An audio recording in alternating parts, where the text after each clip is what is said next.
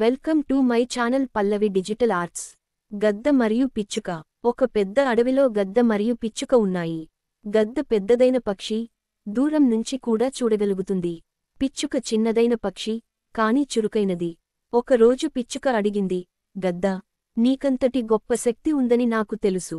కాని ఎప్పుడైనా నీ సహాయం నాకవసరం వస్తే నువ్వు చేయగలవా? గద్ద నవ్వుతూ, నీకు నేను ఎందుకు సహాయం చేయాలి? నువ్వు చిన్న పక్షివి, నేను ఎంతో శక్తివంతుడిని, నాకే అన్ని చేయగలిగే శక్తి ఉంది అని చెప్పింది. పిచ్చుక బాధపడినప్పటికీ మౌనంగా ఉంది. అది వేసవికాలం. అడవి పొడిబారిపోయి నీటి కోసం అంతా తికమక పడుతున్నాయి. గద్ద, దాని పిల్లలు కూడా నీటి కోసం ఇబ్బందులు పడుతున్నారు. చిన్న నీటి కుంట ఒకచోట కనిపించింది, కాని అది చాలా లోతుగా ఉంది.